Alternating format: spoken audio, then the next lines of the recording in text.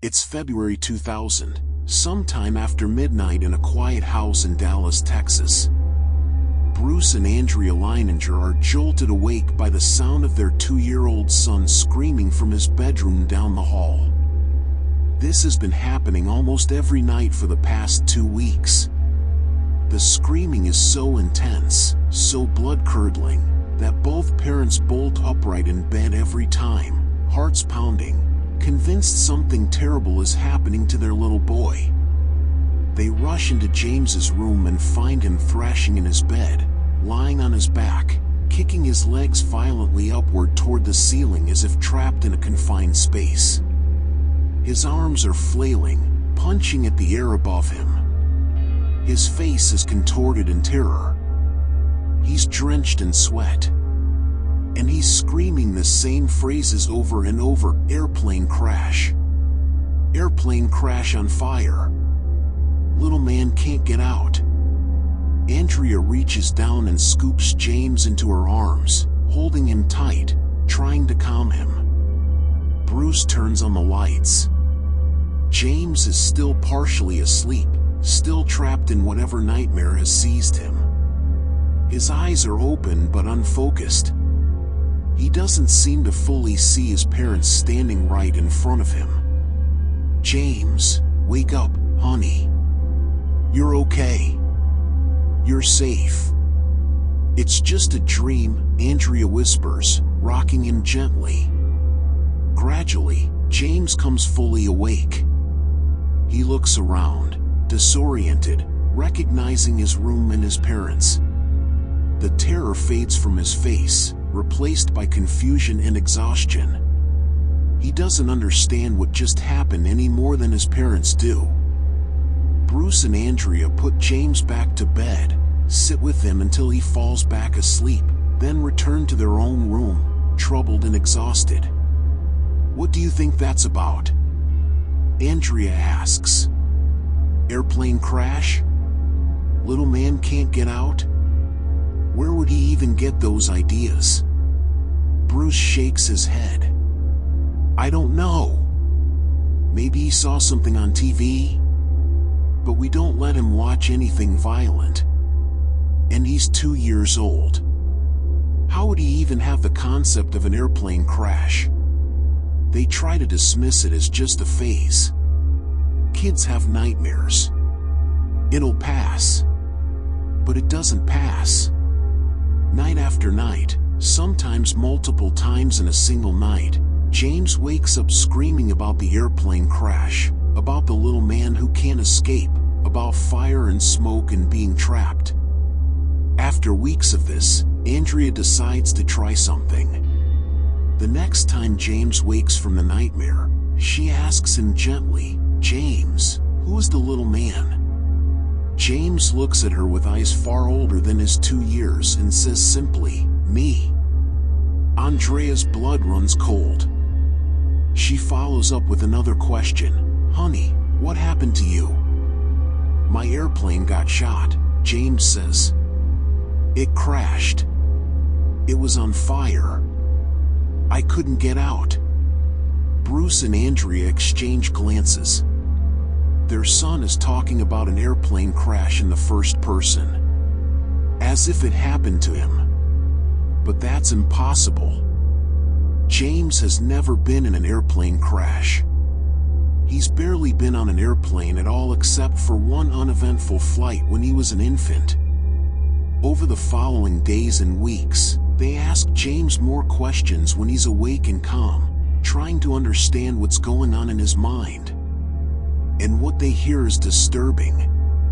James talks about being a pilot, about flying in a war, about his airplane being hit by the Japanese, about fire and smoke filling the cockpit, about being unable to escape as the plane plummeted toward the ocean.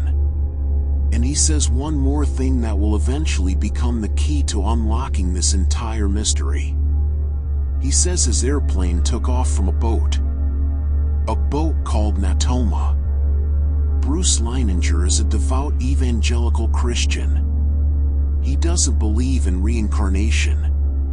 The idea that souls return in new bodies contradicts his understanding of Scripture and the afterlife.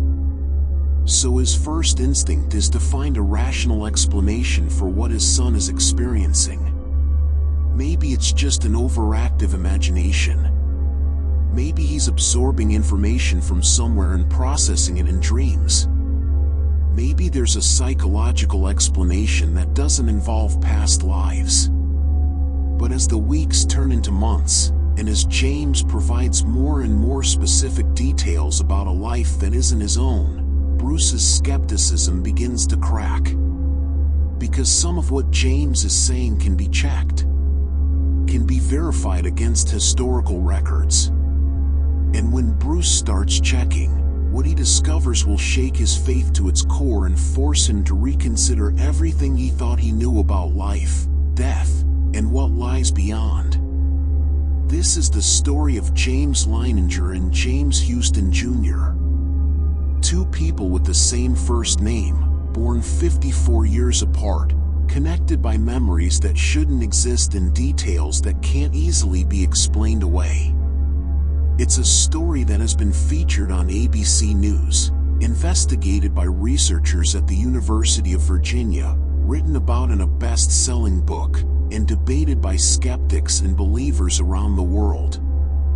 And whether you think it's evidence of reincarnation, an extraordinary coincidence, or something else entirely, it's a story that raises profound questions about consciousness, memory, and the nature of human identity. Part 1. The evidence accumulates. As James Leininger approaches his third birthday, the nightmares continue, but something else starts happening. During his waking hours, James becomes obsessed with airplanes. Specifically, World War II fighter planes. Most toddlers go through phases where they're fascinated by trucks or dinosaurs or superheroes. But James's interest is different. It's not just enthusiasm. It's knowledge. Detailed, specific knowledge that no 3-year-old should have. Andrea takes James to a local museum one afternoon. There's an exhibit featuring various aircraft from different eras. James walks past the modern jets without much interest. But when he sees the World War II section, he stops dead in his tracks. He points at one plane and says, "That's a Corsair." Andrea blinks. "How do you know that, James?" "I just know," he says, as if it's obvious. He moves to another display. "That's a Wildcat. Those are what we flew." "We?" Andrea feels a chill run down her spine. At home, James starts drawing pictures constantly. Battle scenes. Always World War II battle scenes, never modern jets or spacecraft. He draws propeller planes diving toward ships. He draws explosions. He draws planes being hit by anti-aircraft fire and trailing smoke as they fall. The level of detail in these drawings is remarkable for a 3-year-old. The proportions are roughly correct. The planes look like actual World War II fighters, not generic cartoons. He draws the distinctive markings on American planes. He even draws the rising sun symbol on Japanese planes. And he signs some of his drawings James III. When Andrea asks him why he's signing his name that way, James explains matter-of-factly, "I'm the third James." Bruce starts paying closer attention to what his son is saying. As a Christian who doesn't believe in reincarnation, Bruce is determined to find a rational explanation. But he's also an honest man who believes in following the evidence wherever it leads. So Bruce starts documenting everything. He writes down what James says. He dates the statements. He saves the drawings. He's creating a record that can be checked later. And the details keep coming.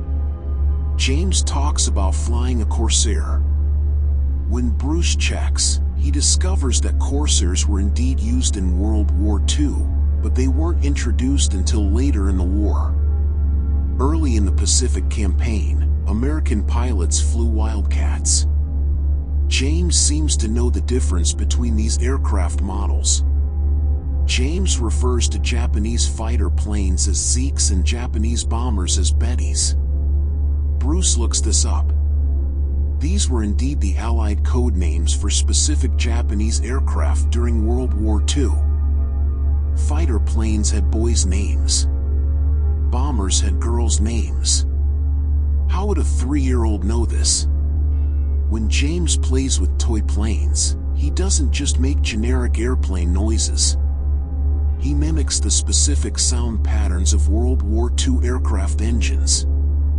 He makes the sputtering, choking sounds of an engine being hit and failing. Bruce buys James some G.I. Joe action figures for his birthday. James immediately names them Billy, Leon, and Walter. When Bruce asks why those particular names, James says casually, "Because that's who met me when I got to heaven." Bruce writes this down but doesn't think much of it at the time. It's only later, after months of research, that Bruce will discover the significance of those names. One day, Andrea is buckling James into his car seat. She notices that before she can finish, James goes through an elaborate ritual. He mimes putting something on his head, adjusting it carefully, securing it under his chin. Then he mimes clipping something across his chest. "What are you doing, honey?" Andrea asks. "Putting on my helmet and my harness," James says, as if this is perfectly normal. A few weeks later, Andrea takes James to a local air show. There's a vintage Piper Cub on display, and visitors are allowed to sit in the cockpit. James climbs up eagerly. Andrea watches as he settles into the seat and immediately goes through the same ritual he does in the car, miming putting on a flight helmet and fastening a shoulder harness across his chest. She realizes he's been doing this every day because he remembers doing it. He's remembering the routine of climbing into a fighter plane and preparing for flight. The evidence is piling up. But the key piece of information remains that single word James said early on, Natoma. Bruce begins researching. He searches for any connection between World War II aircraft carriers and the word Natoma. And eventually, he finds it. The USS Natoma Bay. A small aircraft carrier that served in the Pacific Theater during World War II. It was an escort carrier, participating in numerous operations including the battle for Iwo Jima. Bruce's heart races as he reads about the Natoma Bay. Could this be what James was referring to? Could his son somehow have memories of serving on this ship? But Bruce is cautious. He needs more evidence. The Natoma Bay had hundreds of men serving on it over the course of the war. Even if James's memories are somehow real, how would they identify which specific person he might have been? Then James provides another crucial detail. He mentions having a friend named Jack Larson. Bruce writes this down. He starts searching for any record of a Jack Larson associated with the USS Natoma Bay. And he finds him. Not Larson with an E, but Larson with an O. John M. Larson, a pilot who served on the Natoma Bay. But here's where it gets complicated. When Bruce eventually makes contact with veterans from the Natoma Bay, they tell him that John Larson survived the war. He wasn't killed. So if James is remembering being someone who died, it can't be John Larson. Bruce is confused. Is James wrong about the name? Is this all just coincidence? Is he grasping at connections that aren't really there? Then another veteran mentions something in passing. There was another Jack Larson, spelled with an E. He was a pilot on the Natoma Bay. Bruce asks what happened to him. He went out on a mission one day and never came back, the veteran says. Shot down over the Pacific. Bruce's investigation intensifies. He starts corresponding with historians, with veterans, with anyone who might have records from the Natoma Bay. He's looking for casualties, for pilots who were killed, for anyone whose story might match what James has been saying. And then, in a roster of casualties from the Natoma Bay, Bruce finds a name that makes his hands shake. James M. Houston Jr., a pilot, shot down during the battle for Iwo Jima, killed on March 3, 1945, when his plane was hit by anti-aircraft fire and crashed into the ocean. Bruce sits at his computer, staring at the name on the screen. James M. Houston Jr. His son's name is James Leininger. The dead pilot's name was James Houston. Both James. Both connected to the Natoma Bay. Both pilots.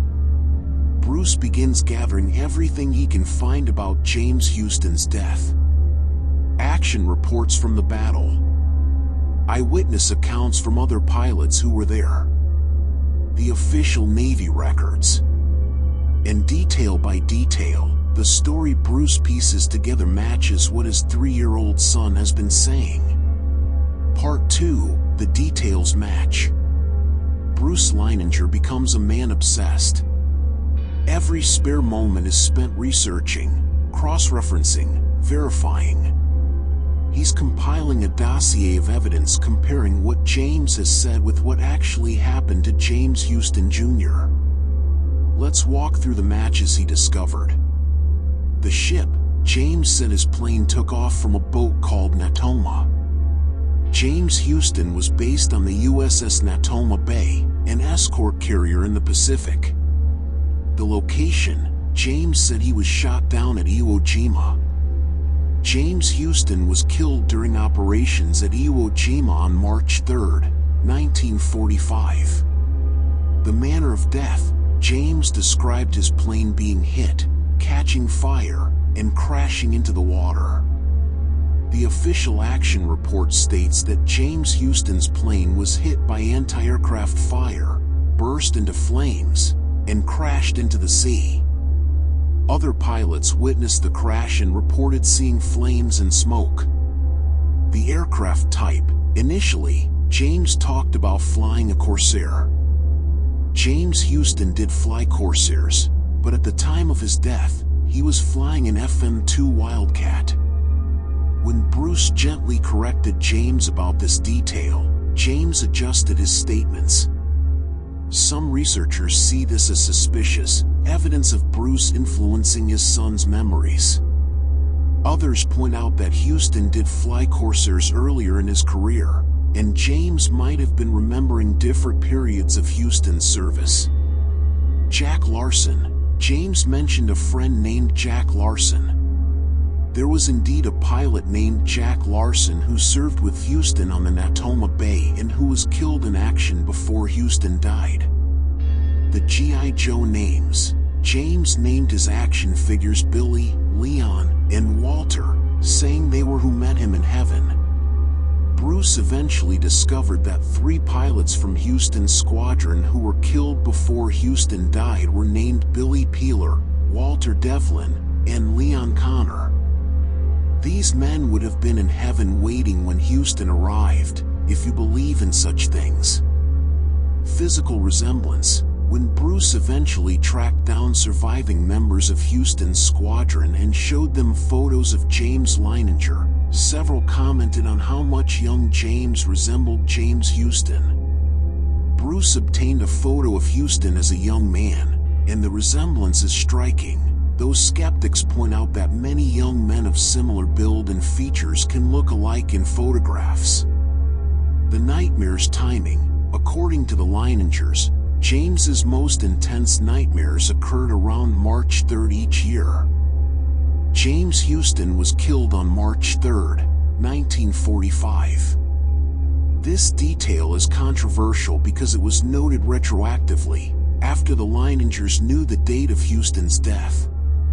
Signing James III. When James signed his drawings James III, Bruce eventually realized this could mean James Houston Sr., the pilot's father, James Houston Jr., the pilot himself, and now James Leininger, the third James. But there's more. Details that are harder to verify but nonetheless compelling to those who believe James's memories are genuine.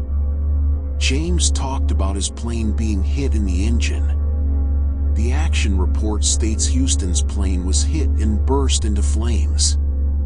Where exactly the plane was hit isn't specified in the reports Bruce found, but engine damage would explain the fire and rapid crash. James said the Japanese shot him down. It was Japanese anti-aircraft fire that hit Houston's plane.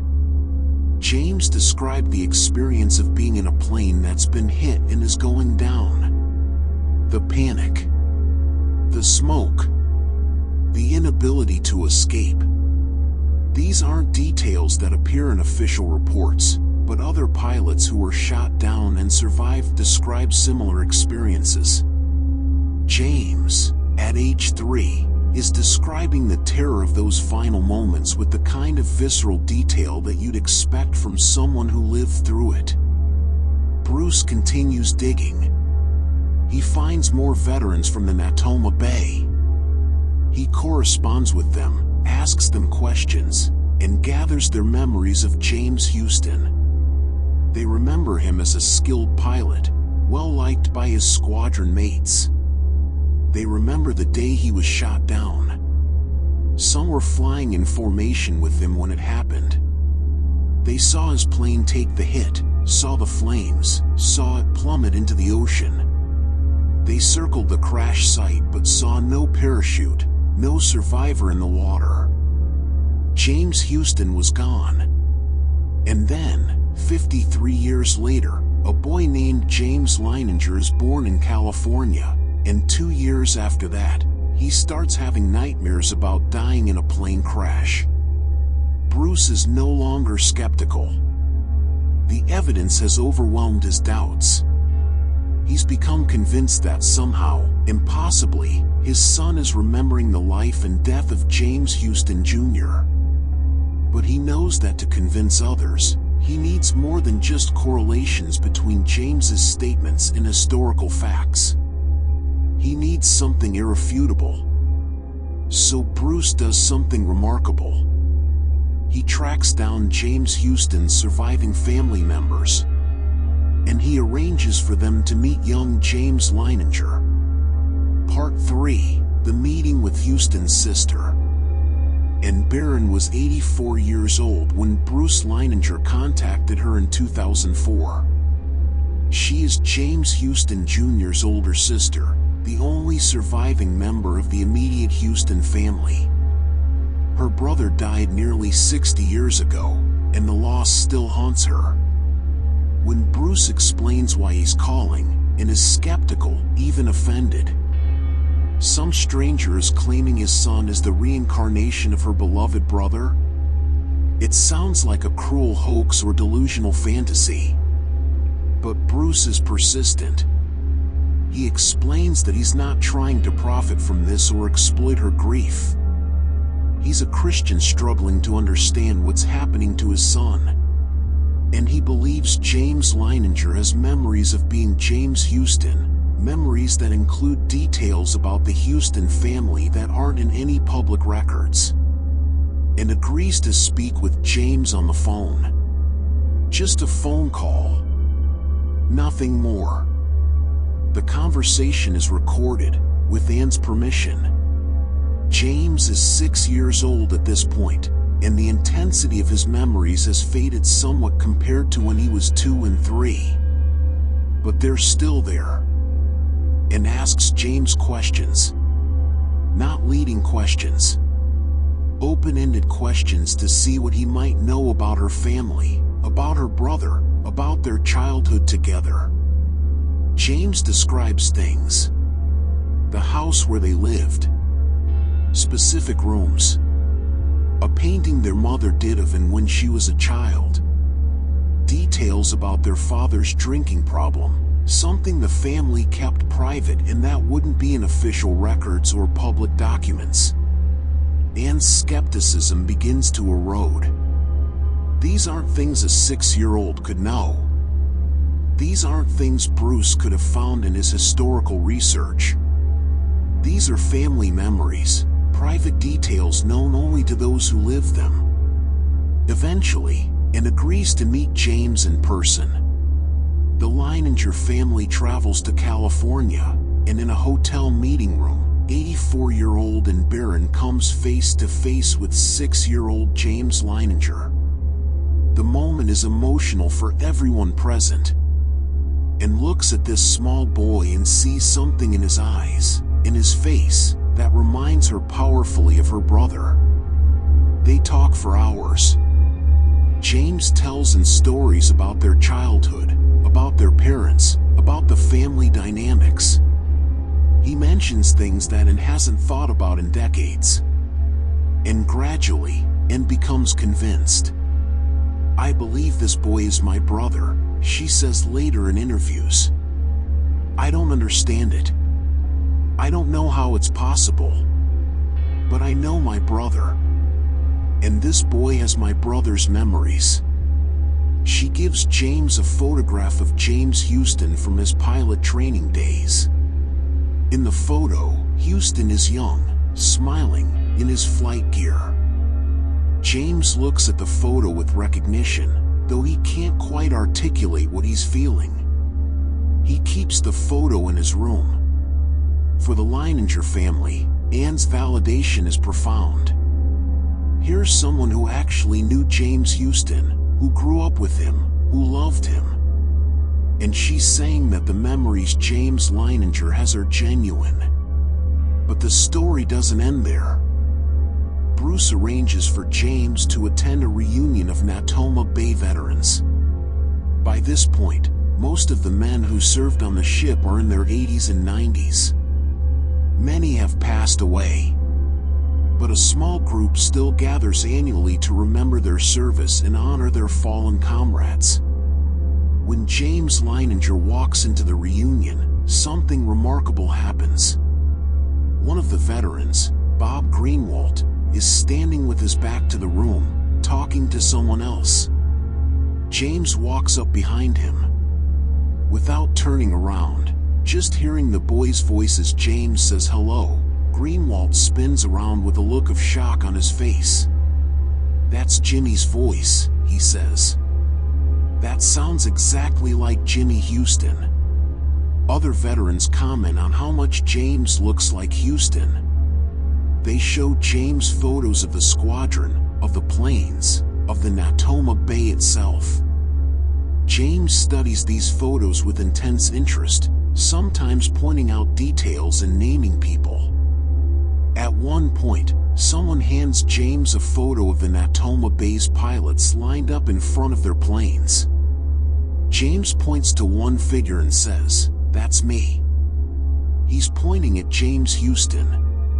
The veterans are moved. Some are in tears. Whether or not they believe in reincarnation, they see something in this boy that reminds them powerfully of their lost friend. James participates in the memorial service held for the fallen pilots. When James Houston's name is read aloud among the casualties, young James stands at attention, tears running down his face.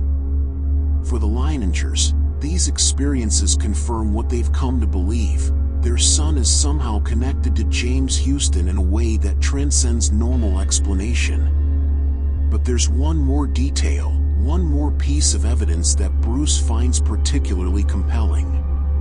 James Leininger mentioned something before any of this research began, before Bruce had identified James Houston, before they knew anything about the Natoma Bay. He said something about the period before he was born, when he was choosing his parents. James told Bruce and Andrea that he picked them to be his parents when they were at the Pink Hotel in Hawaii. Bruce and Andrea looked at each other in shock when James said this, because 5 weeks before Andrea became pregnant with James, they had indeed been on vacation in Hawaii. And they'd stayed at the Royal Hawaiian Hotel, a famous landmark known for its distinctive pink color. James couldn't have known this through normal means. They'd never told him about that vacation. He was conceived 5 weeks after they returned, so he wasn't even physically present. And yet, somehow, James knew about the Pink Hotel. It's this kind of detail, personal and specific and unverifiable through historical research, that makes Bruce believe his son's memories are genuine. But not everyone is convinced. And as the Leininger story becomes public, first through television appearances and then through their book Sole Survivor published in 2009, skeptics begin to raise serious questions about the case. Part 4, The Skeptics Respond. When ABC News first aired a segment about James Leininger in 2004, and especially after the family published their book in 2009, the case received international attention. Believers in reincarnation held it up as one of the strongest pieces of evidence for life after death. But skeptics pushed back hard. The most vocal critic is a philosopher named Michael Sudduth, who has written extensively about why he believes the Leininger case is not evidence of reincarnation. Sudduth's primary criticism focuses on the evolution of the Leininger story over time. He points out that the narrative presented in their 2009 book differs significantly from earlier accounts they gave in 2004 and 2005.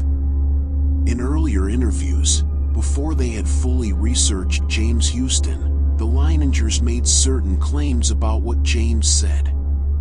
But in later retellings, after they discovered details about Houston's life and death, some of those claims changed or became more specific in ways that better matched the historical record.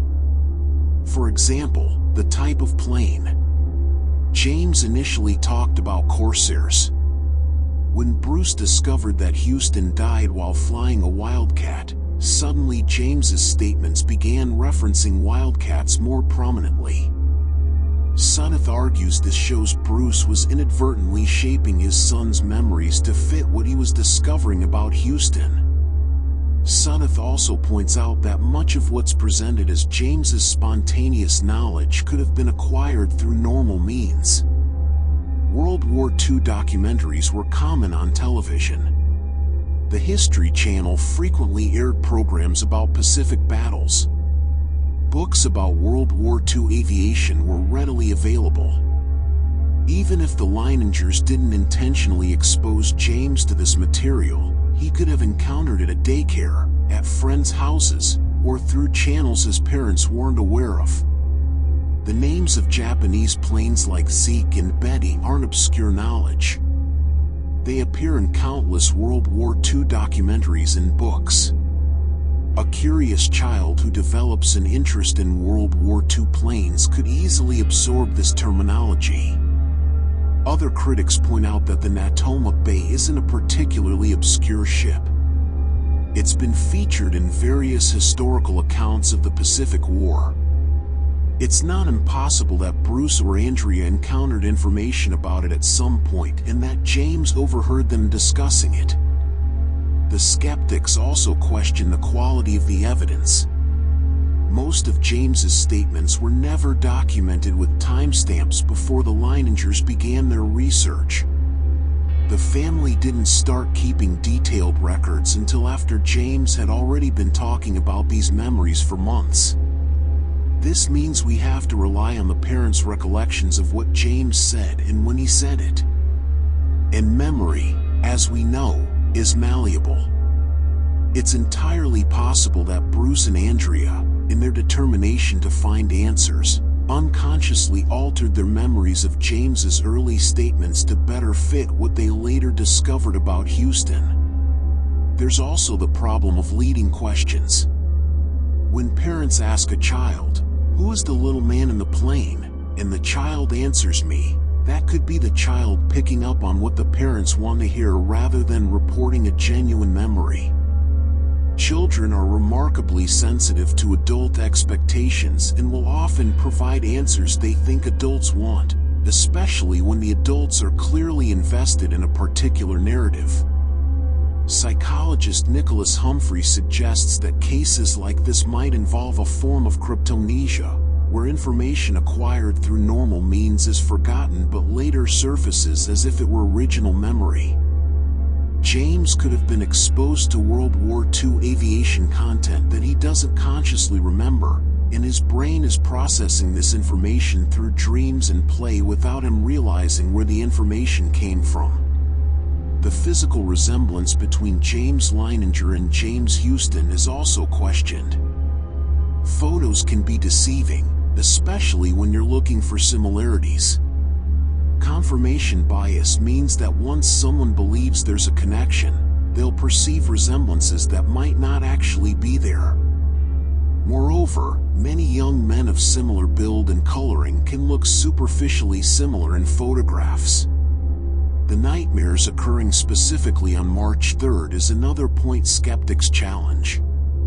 This detail only emerged after the Leiningers knew that March 3rd was the date of Houston's death. There's no contemporaneous documentation showing that James's nightmares were more intense on that particular date before the family learned its significance. And then there's the issue of the Pink Hotel statement. Skeptics argue this might not have happened quite the way the Leiningers remember it. Or James might have seen photos from the Hawaii trip. Or it could be a case of the parents misremembering when James made that statement, retroactively placing it earlier in the timeline than it actually occurred. The philosopher Paul Edwards, who studied supposed reincarnation cases for decades, argued that none of them hold up to rigorous scrutiny. He believed that a combination of coincidence, parental influence, cryptomnesia, and the malleability of human memory could explain all apparent evidence of past life memories without needing to invoke the supernatural. Dr. Jim Tucker from the University of Virginia, who has studied hundreds of reincarnation cases, takes a more neutral stance. He acknowledges the Leininger case has impressive features, particularly the amount of information James provided before James Houston was identified.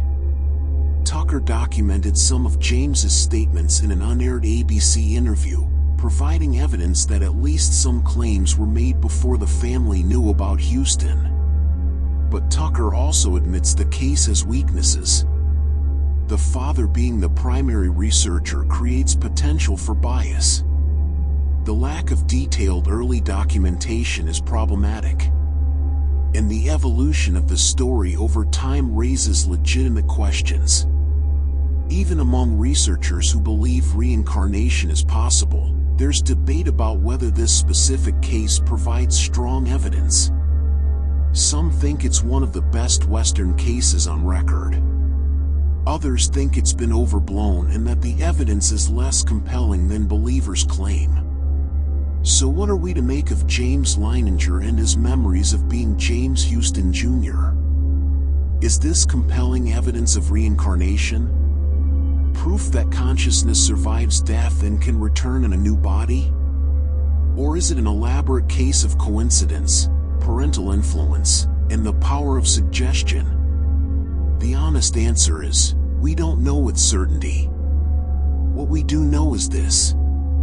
A 2-year-old boy named James began having intense nightmares about dying in a plane crash. He provided details about World War II aviation that seemed beyond his years. His parents, particularly his initially skeptical father, investigated these claims and found correlations with the life and death of James Houston Jr., a pilot killed in 1945. Whether those correlations prove reincarnation or are the result of coincidence and cognitive bias is something each person must decide for themselves. What's interesting is that the case touches on fundamental questions about consciousness and memory. If James Leininger really is remembering James Houston's life, what does that tell us about the nature of memory?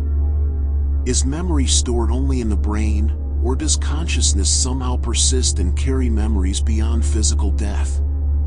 And if it's not reincarnation, if there's a conventional explanation, what is it? How did a 2-year-old develop such specific knowledge about a pilot who died half a century before he was born? James Leininger is now in his 20s. His memories have faded significantly, as the Leiningers knew they would based on research into other supposed reincarnation cases. Children who claim past life memories typically lose those memories by age 7 or 8 as their current life experiences fill their consciousness. But James says that if he tries, he can still access some of those memories. He can still remember fragments of what it felt like to be in that plane, to see it catch fire, to feel the helplessness of those final moments. Whether those are genuine memories of a past life or the lingering effects of vivid childhood nightmares that imprinted deeply on his young mind, we may never know. The case has inspired countless people to consider the possibility that death is not the end. It's brought comfort to those who've lost loved ones, suggesting that separation might only be temporary. And it's sparked ongoing research into children's past life memories at institutions like the University of Virginia. For Bruce and Andrea Leininger, whatever the truth is, the experience transformed their lives and their understanding of reality. Bruce, the evangelical Christian who didn't believe in reincarnation, had to reconcile his faith with experiences that challenged his theological framework. He's now a Christian who believes reincarnation is compatible with Christianity, that souls can return multiple times as part of God's plan. And Barron died in 2010, but before her death, she remained convinced that James Leininger was her brother returned. Meeting James brought her peace, a sense that James Houston's spirit lived on and that death had not ended their relationship. And James Houston Jr., whether he lives on in some form or exists only in memory and historical records, has been remembered. His story has been told. His sacrifice has been honored.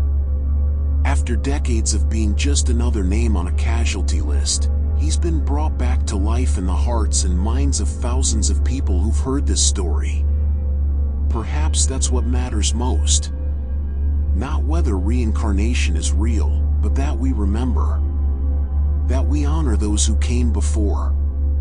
That we remain open to mysteries we don't yet understand. The case of James Leininger reminds us that reality might be stranger and more complex than our current science can explain. That consciousness might be more than neurons firing in a brain. That memory might transcend physical death in ways we haven't yet discovered. It's a story worth pondering, worth allowing to challenge our assumptions about what's possible and what's real. James Leininger lived through something extraordinary, whether it was genuine past life memory or a remarkably vivid psychological phenomenon. And we're all richer for having heard his story. Thanks for listening. And until next time, stay curious.